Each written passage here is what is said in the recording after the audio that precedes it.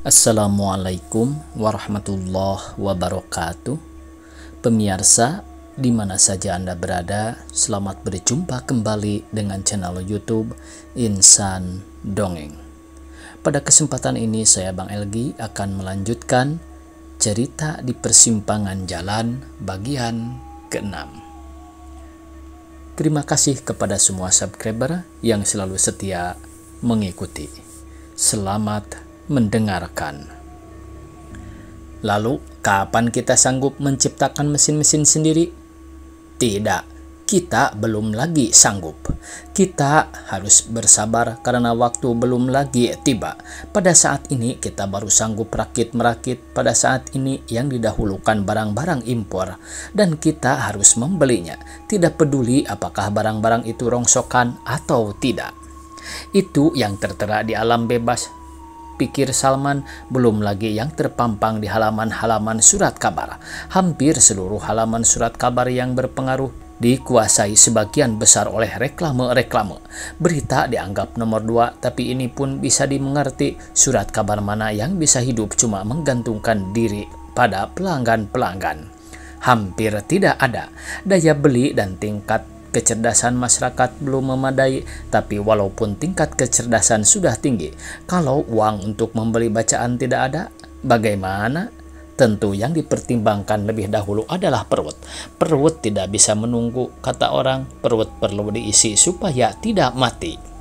Sekarang terlintas dalam pikiran Salman peristiwa beberapa tahun yang lalu ketika beberapa kelompok anak-anak muda melakukan aksi penurunan dan pembongkaran papan reklame yang tersebar di atas atap gedung-gedung megah di Jakarta. Menurut pendapat Salman, perbuatan itu tragikomik. Kenapa? Karena anak-anak muda itu seakan-akan menyalahkan reklame, tapi mereka tidak melihat hal-hal yang lebih jauh, ke sudut-sudut yang paling tersembunyi. Mengapa reklame itu sampai bisa terpampang di sana? Bukankah ada suatu sistem yang harus dikaji oleh anak-anak muda itu, kemudian mengambil kesimpulan, lalu menentukan sikap? Itukah hakikat yang sesungguhnya? Bukan menghancurkan reklame, karena papan reklame itu hanya kulit dari suatu hakikat. Kau melamun saja. Tiba-tiba Pijri menegur Salman. Salman tersentak. Habis mau ngomong apa? Kalimat itu terlanjur begitu saja dari mulutnya. Pasti ada pikiran dalam kepalamu, Pijri menduga. Ah, tidak. Barangkali hatinya melamunkan seseorang di pesta tadi. Yulia menggoda kepada Salman dan Pijri. Jangan macam-macam kau. Aku cuma sedang memperhatikan lampu-lampu reklame yang garang itu, kata Salman. Kau bukan memperhatikan, tapi melamun, Pijri bertahan. Apa bedanya? Beda, memperhatikan berarti melihat benda yang ada di depan mata, sedang ngelamun, mengenang yang jauh, kata Pijri.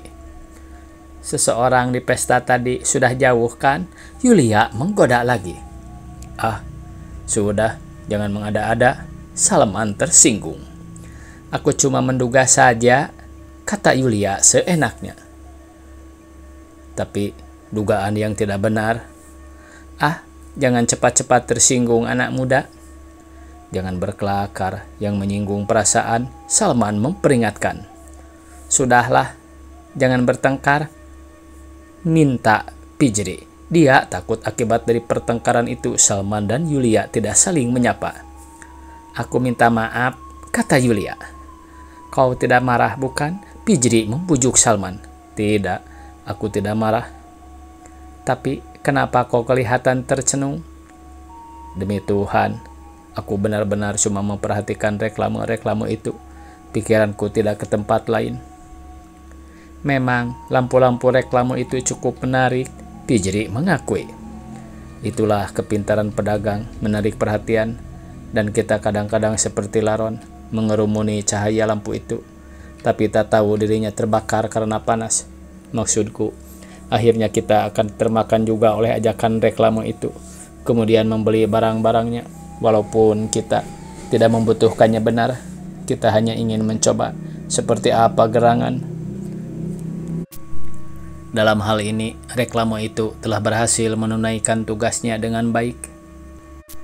Bayangkan saja, kata Salman lagi, penduduk Jakarta yang berjumlah 5 juta lebih itu, bila 2 atau 3 juta saja ingin mencoba barang yang direklamekan itu seperti apa, maka 2 atau 3 kali sekian ratus atau ribu rupiah. Berapakah keuntungan si pedagang?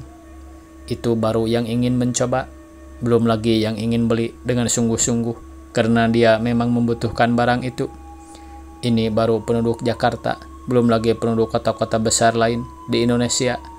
Kita tidak usah mengambil rata-rata penduduk karena kita tahu daya beli tidak ada di pelosok-pelosok. Pijri mendengarkan pendapat Salman dengan penuh minat, begitu pula Yulia. Pijri menganggap pikiran itu suatu yang baru baginya. Sebelumnya dia tidak pernah mendengarkan pikiran semacam itu. Tidak ada seorang pun yang memberikan reaksi terhadap gelombang propaganda yang terus-menerus melanda konsumen Indonesia. Propaganda itu sungguh-sungguh memekakkan telinga. Coba saja baca di surat-surat kabar, atau lihat di televisi, atau dengar di radio, pemerintah dan swasta. Kita sungguh-sungguh muak dengan gambar atau bunyi yang itu-itu juga. Mulai dari obat sakit perut, cuci rambut, bedak, gincu, susu, obat kuat, dan segala macam barang tek-tek bengek lainnya. Begitu hebatnya propaganda itu, mata dan telinga kita diteror, kemudian secara sadar atau tidak, kita takluk juga akhirnya. Rasa bangga Pijri terhadap Salman kian tumbuh dalam dirinya. Rasanya bahtera cintanya benar-benar sudah berlabuh dengan aman di pangkuan Salman. Tanpa terasa ketiganya sudah sampai di rumah. Sebentar terjadi saling memandang di antara mereka. Dari Pijri ke Salman dan dari Salman ke Yulia dan sebaliknya. Biasa, siapa yang akan membayar ongkos taksi? Kali ini kau yang membayar, Salman berkelakar pada Yulia. Dia ingin menghilangkan kesan kurang senang pada gadis itu karena pertengkaran tadi. Aku tidak punya duit, kata Yulia manja. Kalau begitu, pinjam dulu uangku. Salman masih berkelakar. Setuju. Tapi kapan dibayar? Kapan saja, kata Yulia seenaknya. Ya, kapan saja, Salman mengulangi seenaknya pula. Kemudian Salman menyerahkan ongkos taksi kepada supir. Pijri menyaksikan kelakar mereka dengan senang.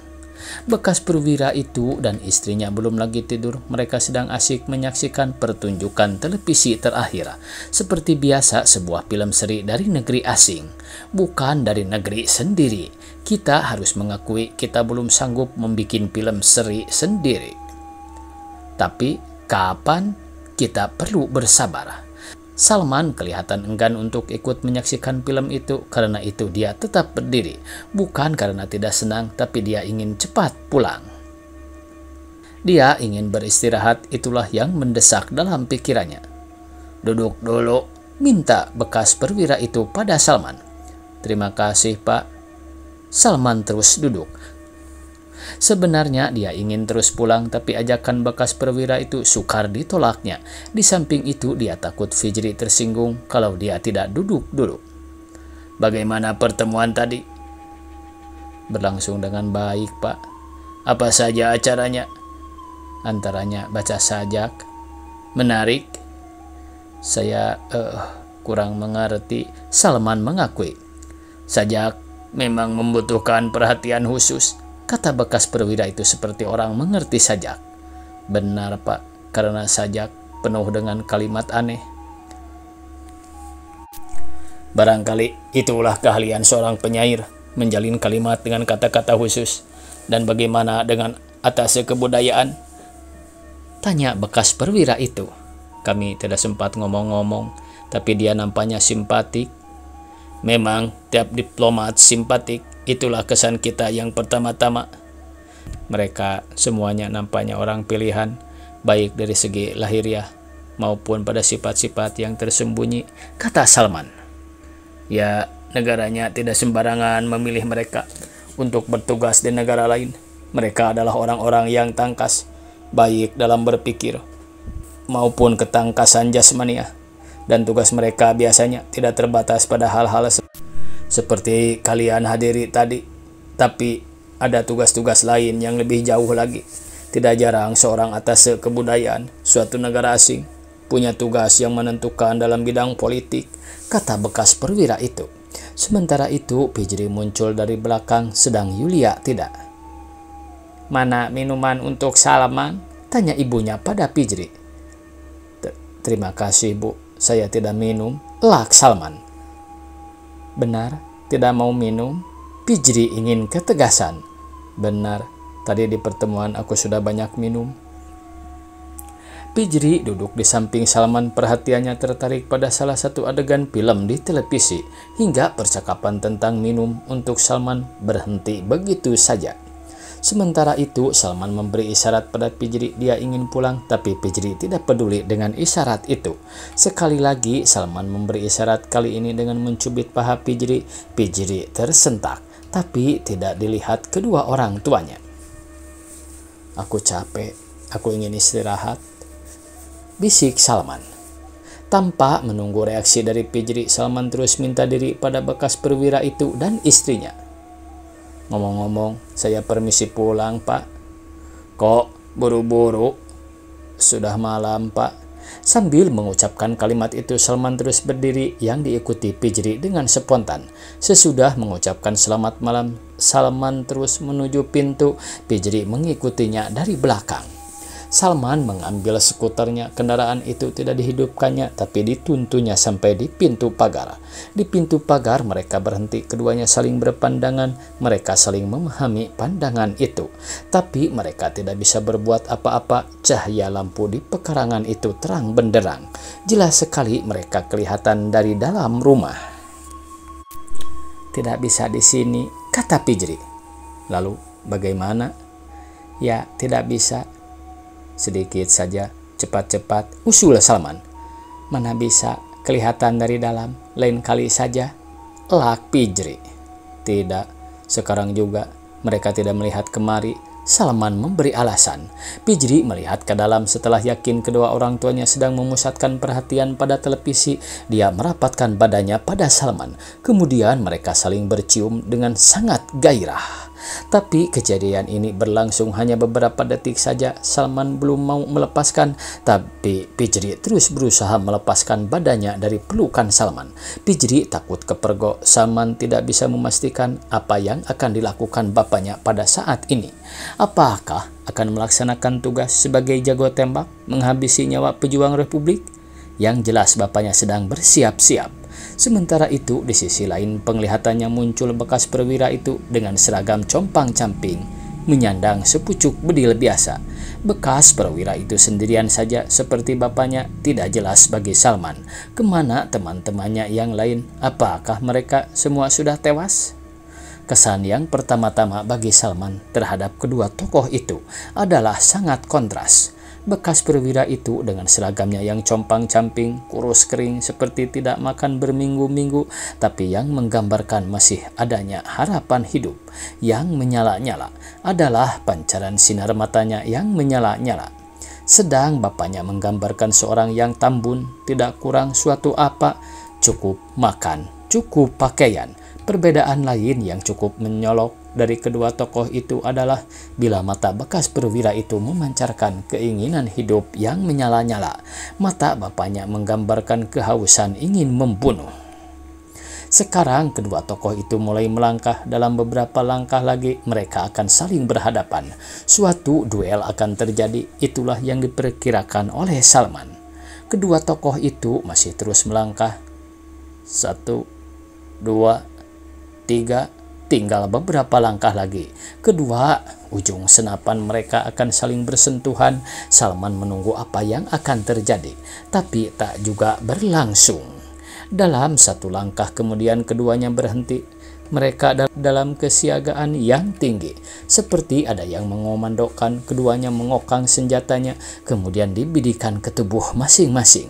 Dan waktu itulah Salman tersentak dari tidurnya. Keringat dingin membasahi sekujur tubuhnya, hingga piyama yang dipakainya basah, terutama di bagian lehernya. Dia mengucapkan astagfirullahaladzim untuk menyadarkan dirinya. Kepalanya digoyang-goyang beberapa kali, barulah dia sadar benar-benar mimpi buruk telah merasuki jiwanya. Kekhawatirannya tentang hal ihwal bapaknya dan bagaimana penerimaan bekas perwira itu bila kelak dia benar-benar kawin dengan Fijri kembali menggerayangi jiwanya. Dua tokoh yang sangat kontroversial dalam perjuangan kemerdekaan itu muncul secara tiba-tiba dalam mimpinya. Kalau mimpi itu bisa dipercaya, itu merupakan suatu peringatan baginya. Dia harus berjuang, meyakinkan bekas perwira itu bahwa masa lampau adalah masa lampau, masa kini adalah masa kini. Salman bangun dari tempat tidurnya dan mengganti piyama yang basah itu. Dia melihat jam. Hari baru pukul 2 dini hari, 4 jam lagi baru pukul 6. Katanya dalam hati, saat biasanya dia bangun, apakah waktu yang 4 jam itu akan dilalui tanpa tidur? Atau ia akan mencoba tidur kembali?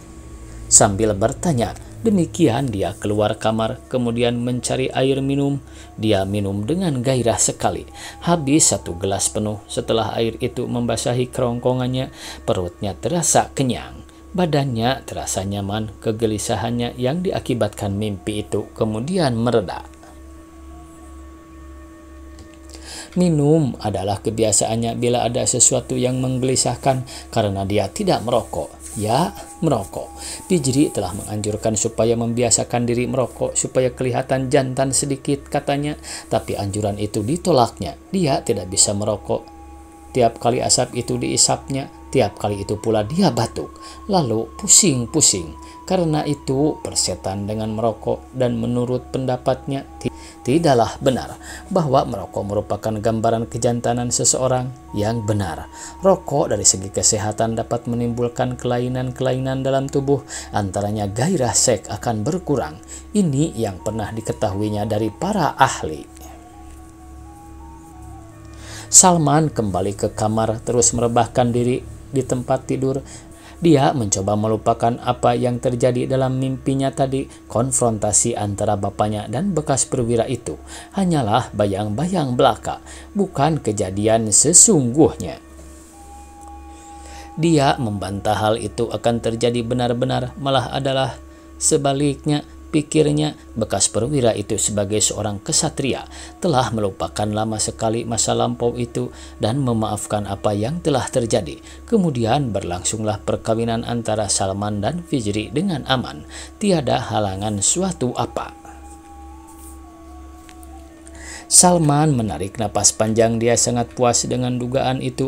Sudah itu dia mulai memejamkan matanya. Beberapa saat telah berlalu, tapi Salman belum juga bisa tertidur. Dia mencoba membalikkan badannya ke kiri. Barangkali dengan jalan ini dia bisa pulas, tapi ternyata sia-sia. Sekarang dia balik ke kanan, juga tidak bisa. Kemudian dia terlentang, membiarkan badannya sesantai mungkin. Tangannya direntangkan seenaknya. Dia menutup ke langit-langit dengan arah pandangan ke satu titik. Kemudian mulai menghitung. 1, 2, 3. Ketika dia baru sampai pada hitungan ke-17, yang terlihat di langit-langit itu bukan lagi warna putih polos, tapi gambaran wajah bekas perwira itu, kemudian bapaknya. Kedua wajah silih berganti, hilang timbul beberapa saat. Salman sangat tercengang. Parah benar kekhawatiranku. Apakah jiwaku sudah tidak normal lagi? Katanya dalam hati. Salman duduk kembali. Dia memutuskan untuk tidur lagi. Tidak ada gunanya, pikirnya, karena toh sebentar lagi pukul 6 akan tiba. Dia keluar dari kamar menuju kamar tamu. Lampu dinyalakannya. Suasana di kamar itu terang benderang. Semua yang ada di kamar nampak jelas. Walaupun Salman sudah menghafal barang-barangnya, tapi sekali ini diperhatikannya dengan sungguh-sungguh. Suatu keisengan saja, pikirnya, untuk merintang-rintang waktu menunggu jam 6 tiba. Di sebelah sana, di atas rak buku tua yang tidak terpelihara, terletak sebuah potret ukuran salon. Potret itu adalah potret bapak dan ibunya. Mereka dipotret tatkala melangsungkan perkawinan. Bapaknya berpakaian barat dengan setelan jas hitam. Selembar dasi menghiasi lehernya. Jas itu masih potongan kuno, begitu pula kerah kemeja putihnya. Kerah itu bulat melingkari dasinya, tidak lancip seperti kita kenal pada zaman ini. Sedang ibunya berkebaya dengan hiasan kepala seperti lazimnya di daerah asalnya. Bapaknya menyerahkan gambar itu beberapa tahun yang lalu sebagai kenangan. Karena bapaknya menganggap Salman mewarisi sifat-sifatnya, potret itu dibikin ketika dia baru berpangkat kopral. Waktunya habis pemirsa, dicukupkan sekian. Billahi taufiq wal hidayah. Wassalamualaikum warahmatullahi wabarakatuh.